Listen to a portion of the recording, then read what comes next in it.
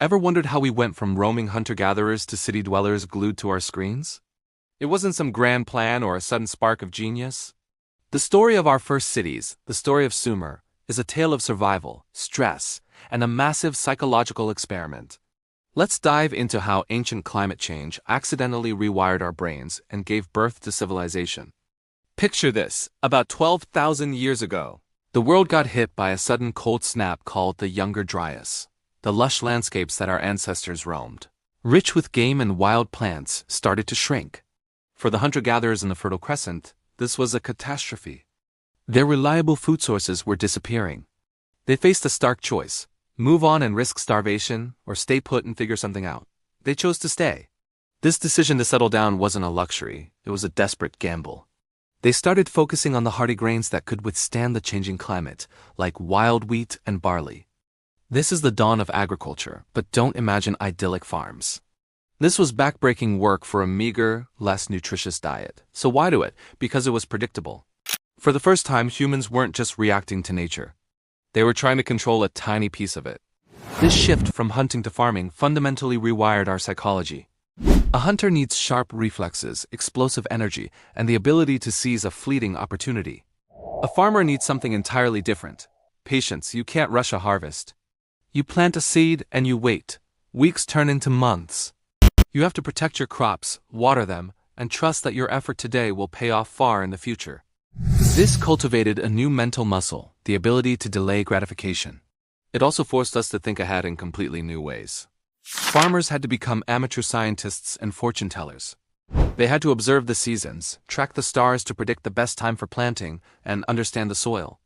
They had to calculate how much seed to save for the next season versus how much to eat now. This is the birth of long-term planning, of abstract thought applied to survival. We were learning to live in the future, not just the present moment. As these small farming settlements grew, another challenge emerged. For millions of years, our social groups were small, maybe a few dozen people, mostly family. Now hundreds, then thousands of strangers were living crammed together. This created a level of social friction humanity had never experienced. Imagine your neighbor's goat eating your precious grain, or someone diverting water from your fields. In a small hunter-gatherer band, you might just get angry. But in a crowded village, a fistfight could escalate into a riot and destroy the entire community. This is where the real social revolution happened. We had to invent new ways to get along.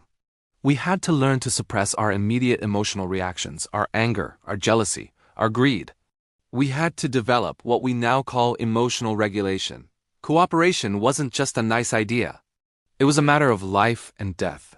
You had to trust that the person living next to you wouldn't steal your harvest in the middle of the night.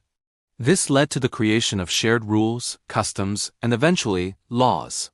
The Sumerian cities, like Uruk and Ur, became the world's first massive behavioral laboratories. They were petri dishes for a new kind of human. Living in these dense, complex environments, we developed new cognitive tools.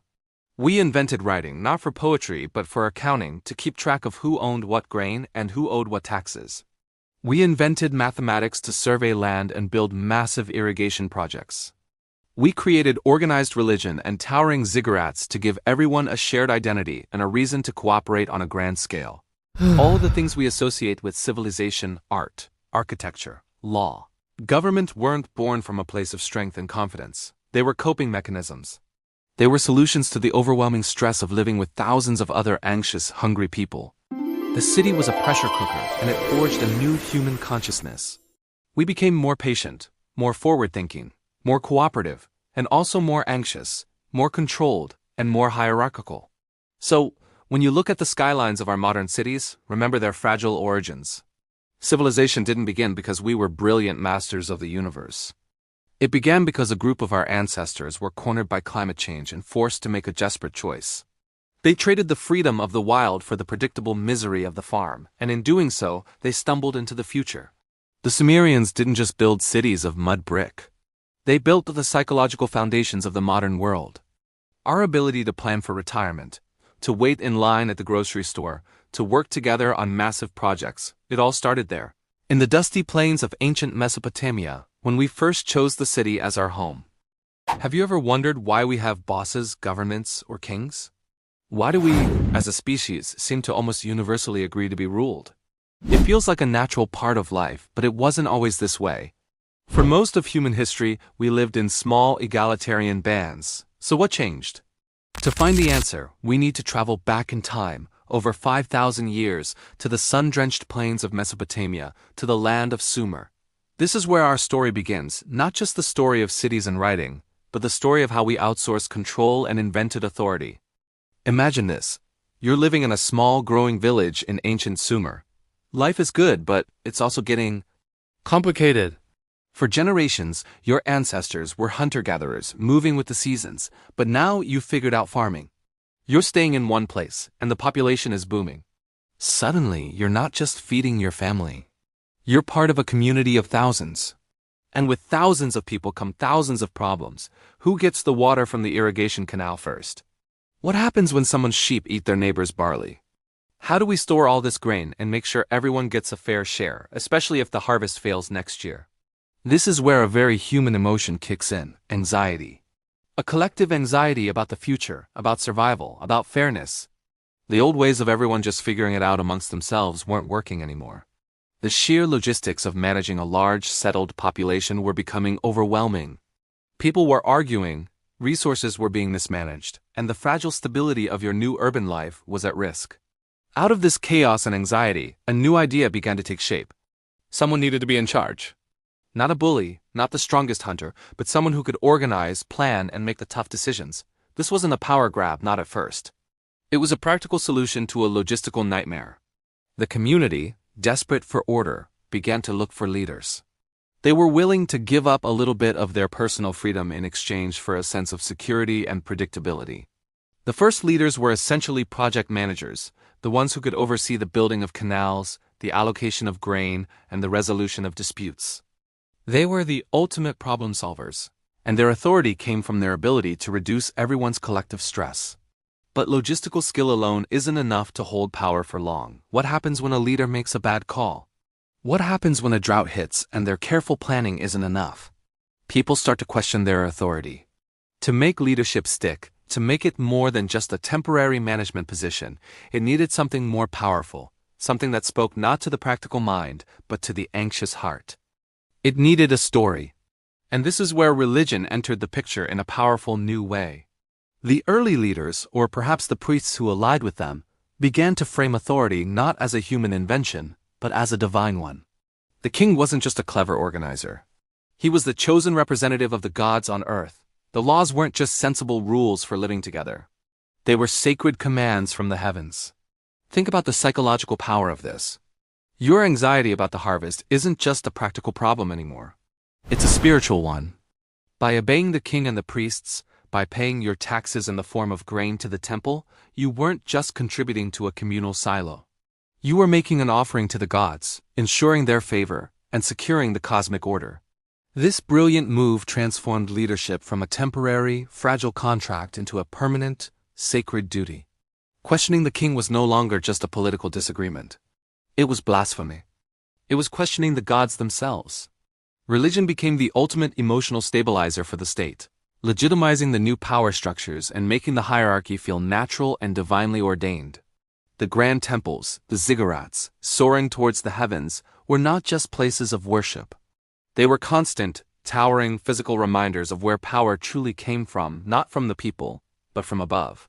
Now, with thousands of people, vast stores of grain, and a complex system of divine authority, the Sumerian leaders faced a new problem: memory. How do you keep track of who paid what? Who owns which plot of land? How much barley is in the temple granary? The human brain is incredible, but it's not a perfect ledger. Oral agreements get forgotten, disputed, and changed.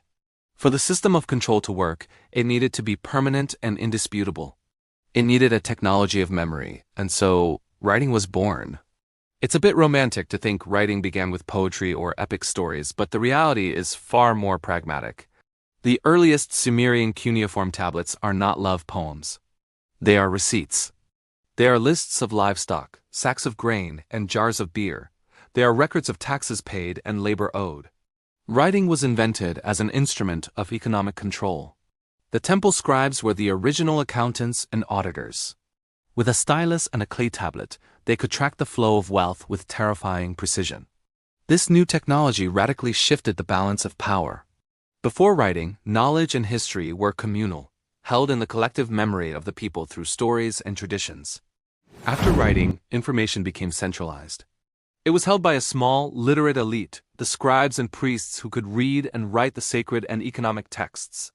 This created a profound information asymmetry. The rulers and their administration knew exactly what was going on, while the average farmer was largely in the dark. Writing wasn't just about recording the past. It was about controlling the present and dictating the future. It was the ultimate tool for managing a complex society and ensuring the new system of authority and inequality was meticulously documented and enforced. With a divinely backed leader and a bureaucratic system for tracking everything, a new social structure began to solidify. Inequality. In the old hunter-gatherer bands, everyone was more or less equal. But in Sumer, a clear hierarchy emerged. At the top you had the king and the high priests. Below them were the scribes, merchants, and soldiers. And at the bottom was the vast majority of the population, the farmers and laborers who worked the land that ultimately belonged to the temple or the king. This wasn't just an economic reality. It became a psychological one. People began to internalize this order. You were born into a certain station in life, and that was seen as your God-given place. This stratification was, in a strange way, another solution to social anxiety. Instead of the chaotic, unpredictable competition of a less structured society, the hierarchy provided a clear, albeit unequal, sense of order. Everyone knew their place. This acceptance of inequality is one of the most fascinating psychological adaptations in human history. We accepted that some people were destined to rule and others were destined to be ruled because it made life predictable. It provided a stable framework, a social map that told you who you were, what was expected of you, and what you could expect from others. The trade-off was stark. In exchange for this order and the perceived security it brought, the majority of people gave up their autonomy and accepted a life of subservience. The dream of equality was sacrificed on the altar of stability. The invention of authority wasn't a single event, but a chain reaction of innovations and adaptations. It started with the logistical chaos of large-scale agriculture, which created a need for management. This leadership was then made permanent and unquestionable through the powerful ideology of religion. This entire system was then administered and enforced through the revolutionary technology of writing.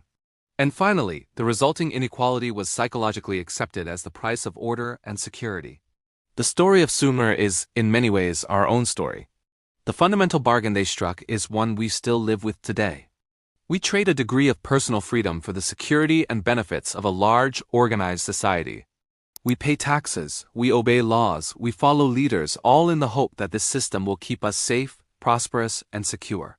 But the Sumerian experiment also serves as a timeless warning.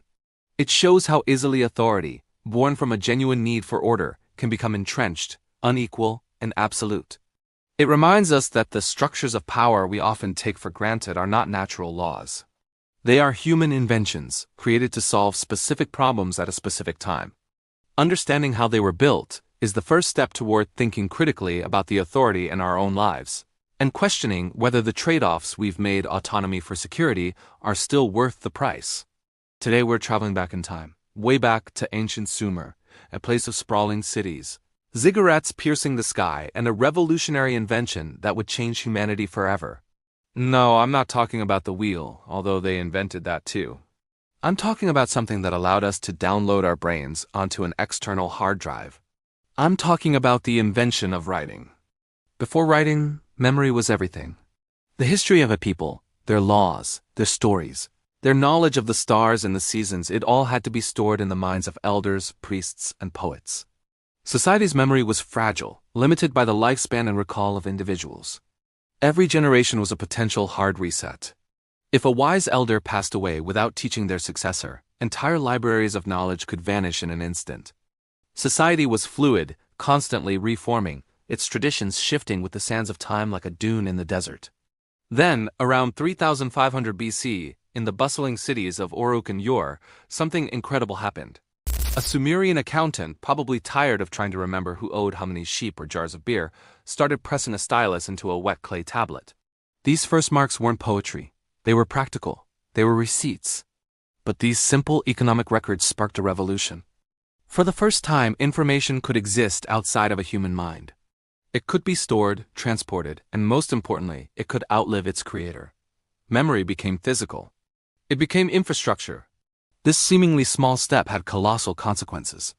Suddenly, a city's history wasn't just a collection of stories, it was a permanent record etched in clay. Royal lineages could be tracked, great deeds could be immortalized, and the boundaries of land could be fixed. This gave society a kind of permanence it had never known. It was like building a city on a foundation of stone instead of sand. The past was no longer a hazy dream. It was a verifiable fact stored in an archive. This permanence created a stronger sense of shared identity and history, binding people together across generations in a way oral tradition never could. But this new power wasn't distributed equally. In a world without writing, knowledge was communal, shared through stories and rituals accessible to most. With the invention of cuneiform, a complex system of hundreds of signs, a new class of specialists emerged: the scribes. Learning to read and write took years of dedicated, expensive training. Suddenly, information wasn't free. It was locked behind a skill that only a privileged few possessed. Knowledge became a commodity, and those who controlled it, the scribes, the priests, the kings, held immense power. They could read the ledgers, interpret the divine omens, and write the laws. An illiterate farmer, on the other hand, was at their mercy. He couldn't read the contract he was agreeing to or the tax records that determined his family's fate. This created one of history's first major information gaps, a new form of social stratification based not on strength or land, but on literacy. The scribe's stylus was mightier than the farmer's plow. This shift profoundly changed the concept of justice.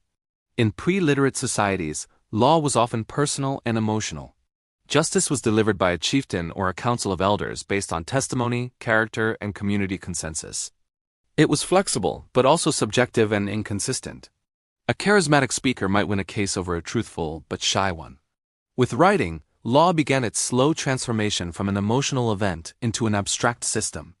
King Ur-Nammu, a Sumerian ruler, created one of the world's first known law codes around 2100 BC. He had his laws inscribed on stone stele and placed in public for all to see, or rather, for all who could read or have it read to them. For the first time, a crime had a specific, predetermined penalty, regardless of who you were or how well you argued your case. If a man commits a murder, that man must be killed. It was cold, impartial, and abstract. The law was no longer just the word of a powerful person. It was an independent entity, recorded and permanent.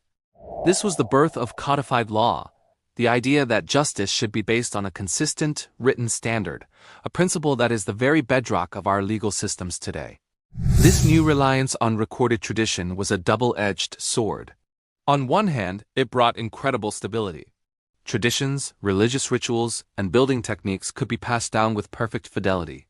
A priest in 2000 BC could perform a ritual exactly as it was done 500 years earlier by reading the instructions from a clay tablet.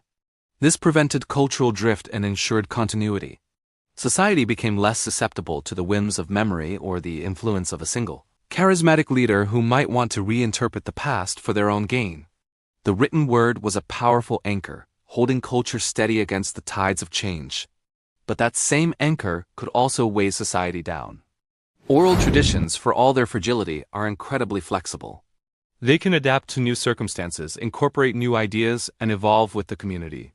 A story can be retold with a new moral to fit a new challenge. Written traditions are far more rigid. Once a law or a myth was baked into a clay tablet, it became dogma. It was to question the very foundation of society. This rigidity could stifle innovation and make it harder for a culture to adapt. When faced with a new problem not covered in the ancient texts, what do? The established, recorded way of doing things could become a barrier to progress, a form of cultural inertia. The Sumerians created stability, but at the cost of some of the dynamic flexibility they once had. Perhaps the most profound impact of writing, however, was how it changed the nature of progress itself. In an oral culture, innovation is difficult to build upon. A brilliant idea might live and die with its creator. But with writing, knowledge became cumulative. A Sumerian astronomer could record his observations of the stars. The next generation of astronomers didn't have to start from scratch. They could read his tablets, add their own observations, correct his mistakes, and build upon his work. Generation after generation, the library of human knowledge could grow. Progress was no longer a cycle of rediscovery. It was a ladder, with each generation climbing on the shoulders of the last. A single human life was no longer the container for what a person could learn. You could learn from people who had been dead for centuries. This cumulative effect is what ultimately allowed for the explosion of science, philosophy, and technology that defines our modern world. It all started with a simple mark in clay. So the next time you write an email, send a text, or even just jot down a grocery list, take a moment to think about the Sumerians. Think about that ancient shift when memory, once a fleeting biological process, became a permanent, physical infrastructure. This invention gave us history, law, and cumulative progress, but it also introduced new forms of power and inequality. It burdened us with the weight of the past, but also gave us the tools to build the future. It was the moment humanity created an external brain, and we've been uploading to it ever since. Have you ever felt overwhelmed by the sheer chaos of life? That feeling of anxiety, like the world is just a series of random, unpredictable events? Well, you're not alone. In fact, this feeling is as old as civilization itself. Today, let's travel back in time, over 6,000 years ago, to ancient Sumer, the cradle of civilization, and discover how our ancestors built an entire architecture of meaning to combat the very same anxieties we face today. Imagine living in ancient Mesopotamia. Your entire existence depends on the whims of two rivers, the Tigris and Euphrates. One year, they bring life-giving water for your crops. The next, they might unleash devastating floods that wash away everything you've built. Or worse, a drought could wither your fields and bring famine to your doorstep. This constant, high-stakes uncertainty, it's a recipe for crippling anxiety. You're living on a knife's edge, where nature is both your greatest ally and your most terrifying adversary. How do you cope with that? How do you get up every morning and face a world that feels so fundamentally hostile and unpredictable? The Sumerians found a revolutionary solution. They didn't have modern psychology or self-help books. Instead, they had gods. They looked at the terrifying forces of nature, the raging flood, the scorching sun, the unpredictable storm, and gave them names, faces, and personalities. The flood wasn't just a random disaster anymore. It was the god Enlil, perhaps displeased. The life-giving water wasn't just a lucky break. It was a blessing from Enki, the god of wisdom and fresh water. This transformation was pure genius. By personifying nature, they turned existential, environmental anxiety into a relatable, manageable social relationship. You can't reason with a flood, but you can try to appease a god. You can offer sacrifices, sing hymns, and perform rituals. Suddenly, you have a sense of agency. You have a way to interact with the forces that control your life. Religion, for the Sumerians, became a powerful tool for transforming uncontrollable chaos into a system you could navigate, providing a profound sense of emotional stability. But this spiritual innovation needed a physical home. And that's where the temple comes in. In the center of every Sumerian city, a massive stepped pyramid, a ziggurat, reached for the heavens. This wasn't just a building. It was the literal dwelling place of the city's patron god. It was the axis of their world, the cosmic center that connected the heavens, the earth, and the underworld. The temple was the economic, political, and spiritual heart of the community. Grain was stored in its granaries. Scribes recorded transactions on clay tablets in its workshops, and priests organized the labor needed to maintain the vast irrigation canals. Working for the temple meant working for the god, and working for the god gave your life a higher purpose. You weren't just digging a ditch. You were helping to maintain cosmic order. You weren't just storing grain. You were ensuring the god's house and, by extension, the entire city would prosper. This shared project, centered around the temple, forged a powerful collective identity. It united thousands of people who might have otherwise seen each other as competitors for scarce resources. Now, they were all servants of the same deity, partners in a sacred enterprise. The temple gave them not just a job, but a shared story, a reason to cooperate, and a place in the grand scheme of things. It took a scattered group of farmers and turned them into a cohesive society with a collective purpose. Even with gods and temples, life was still full of suffering. People got sick. Loved ones died. Wars were fought. Famine still happened. How do you make sense of the pain that seems to have no reason? The Sumerians answered this with myth. Their stories, like the famous Epic of Gilgamesh, weren't just entertainment. They were complex philosophical explorations of life, death, and the human condition. Think about Gilgamesh, a king who is two-thirds god, who loses his dearest friend Enkidu and is so racked with grief and the fear of his own mortality that he goes on an epic quest for eternal life. What does he find? He fails. He learns that death is the inescapable fate of all mortals. But in his failure, he discovers a new kind of meaning. He returns to his city, Uruk, and finds solace not in immortality, but in the great walls he has built, the civilization that will outlast him. The myth doesn't take away the pain of loss. Instead, it gives it a framework. It says, yes, suffering is real, loss is inevitable. But your life has meaning through the legacy you leave, the community you build, the contributions you make. These stories imposed a layer of meaning onto the raw, brutal facts of suffering. They provided a narrative that helped people process their pain and find a reason to keep going, assuring them that their struggles were part of a larger, more meaningful cosmic drama. This new, settled agricultural life also required new rules. When you're a nomadic hunter-gatherer, your rules are simple and immediate. But when you're living in a city of thousands, farming land that requires long-term planning and cooperation, you need a more sophisticated system. The agricultural cycle itself provided a model.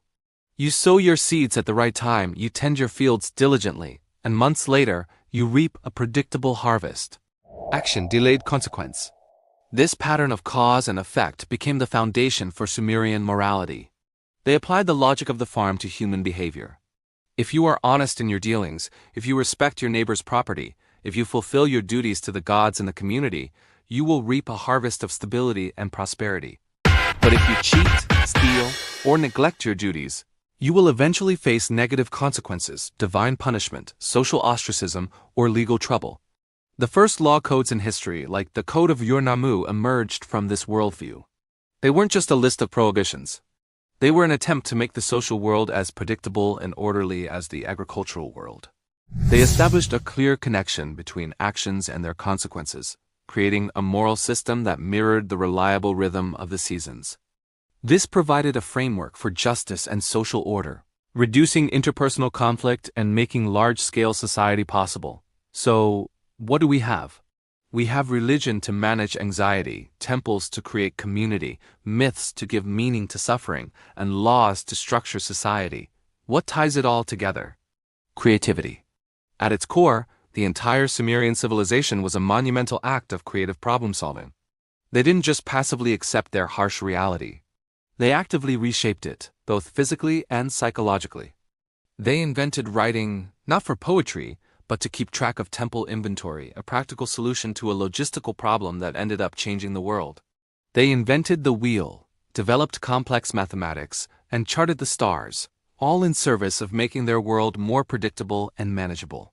Their art, their literature, their laws, their entire cosmology, it was all a product of human creativity being used as a psychological survival tool. Faced with a chaotic and often terrifying world, the Sumerians didn't despair. They built. They wrote, they imagined. They constructed an elaborate architecture of meaning, a system of beliefs and institutions that allowed them to not only survive but to flourish. They proved that when faced with anxiety and uncertainty, one of the most powerful things we can do is create. We can create stories, create communities, create systems, create purpose. The world of the Sumerians might seem distant and strange, but their fundamental struggle is our own. We still grapple with anxiety, search for meaning, and try to build a better, more orderly world out of the chaos we're given. The lesson from the ziggurats of Sumer is timeless. Civilization is our collective creative project, our shared defense against the void. It's the story we write together to make life matter. Ever wondered how a civilization that gave us writing, the wheel, and the city itself could just vanish? Today, we're diving deep into the sands of time to uncover the story of Sumer, the cradle of civilization, and explore a fascinating question. What happens when innovation stops moving? This isn't just a history lesson. It's a warning that echoes through the ages, right up to our modern world. Picture this: southern Mesopotamia, around 4500 BC, the land between the Tigris and Euphrates rivers. This wasn't an easy place to live. The rivers flooded unpredictably, the sun was scorching, and resources were scarce. Yet, against all odds, the Sumerians didn't just survive. They thrived. They were the ultimate innovators. They looked at the wild rivers and didn't see a threat. They saw an opportunity. They dug canals, built levees, and created complex irrigation systems. They turned a harsh, arid landscape into a fertile breadbasket, the world's first agricultural powerhouse. This agricultural surplus was the spark that ignited everything else. With more food than they needed, not everyone had to be a farmer. People could specialize. We see the rise of priests, artisans, soldiers, and scribes. This specialization led to the birth of cities, places like Uruk, Ur, and Eridu, the first true urban centers in human history. To manage these complex societies, they needed a system. They invented government, laws, and most famously, writing. Cuneiform, their wedge-shaped script, wasn't just for poetry. It was for keeping track of grain, recording laws, and managing a sprawling bureaucracy. They gave us the 60-second minute, the 60-minute hour, and the 360-degree circle. They were pioneers in astronomy, mathematics, and architecture, building massive ziggurats that reached for the heavens. For nearly 2,000 years, Sumer was the engine of human progress. It seemed unstoppable, so what went wrong? How did this beacon of innovation flicker and die? The answer isn't a single catastrophic event, but a slow, creeping decline rooted in the very success that built their society. The collapse of Sumer was a complex tapestry woven from two main threads: environmental limits and cultural rigidity. Let's talk about the environment first. Remember those amazing irrigation systems?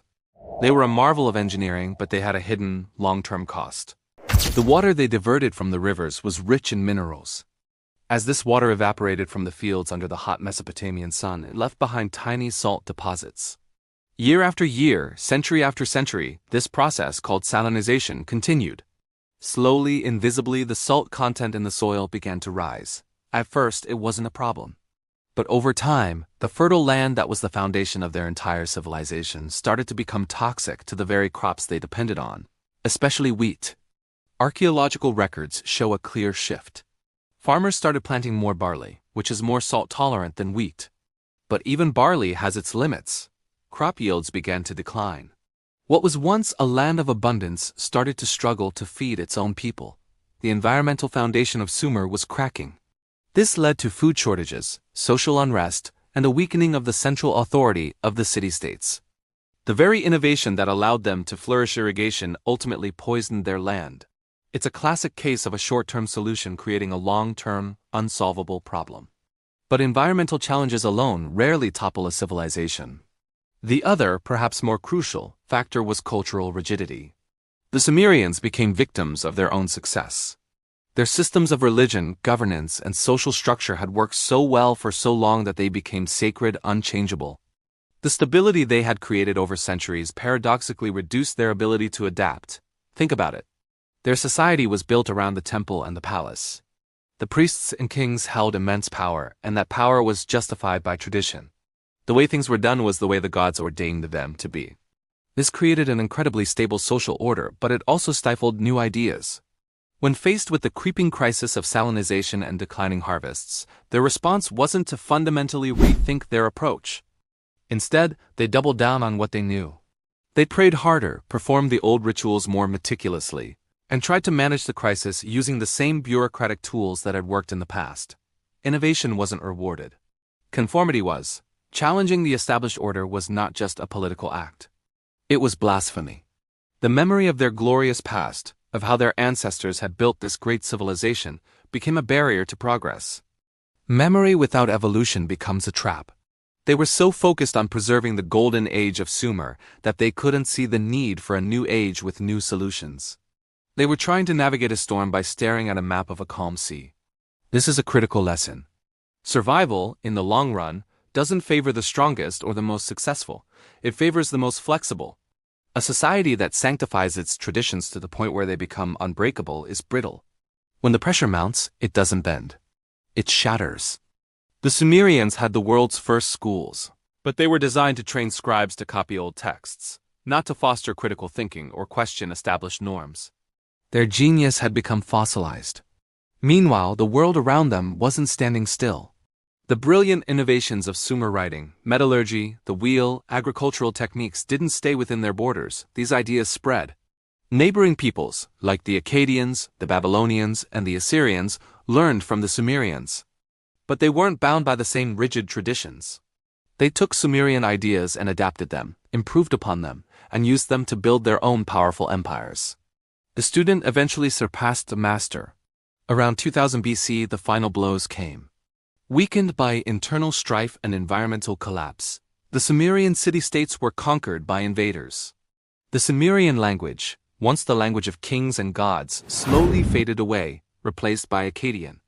It survived only as a classical scholarly language, much like Latin in medieval Europe, before disappearing completely. The people didn't all vanish, of course. They were absorbed into the new cultures that rose to dominate Mesopotamia. But the distinct civilization of Sumer, the engine of innovation that had driven humanity for millennia, was gone. The legacy of Sumer is immense. We live in a world shaped by their inventions every single day. But their collapse offers a profound and timeless warning. It shows us that success can breed complacency. It teaches us that stability, if it leads to rigidity, can be a fatal flaw. It demonstrates that the solutions of the past may become the problems of the future. And most importantly, it reminds us that the ability to adapt, to question, and to innovate is not a luxury. It is the essential key to survival. The story of Sumer isn't just about the end of one civilization. It's a lesson for every civilization, including our own. Are we learning from our past, or are we just memorizing it? Are we flexible enough to face the challenges of tomorrow, or are we trapped by the traditions of yesterday? The silent ruins of Uruk and Ur have a lot to tell us, if we're willing to listen. If this journey back in time sparked your curiosity and made you think, that's exactly what we aim for on this channel. We explore the big questions of history and what they mean for us today. To help us continue creating this content, there's a simple, powerful way you can contribute. Imagine your subscription as carving a new wedge in the great cuneiform tablet of knowledge. Each like you give is like adding a precious stone to the treasury of discovery. So if you will, join our fellowship of curious minds. Help us build this library of ideas, one click at a time. Subscribe to our channel and like this video. Your support truly is the foundation upon which we build everything. Thank you for watching.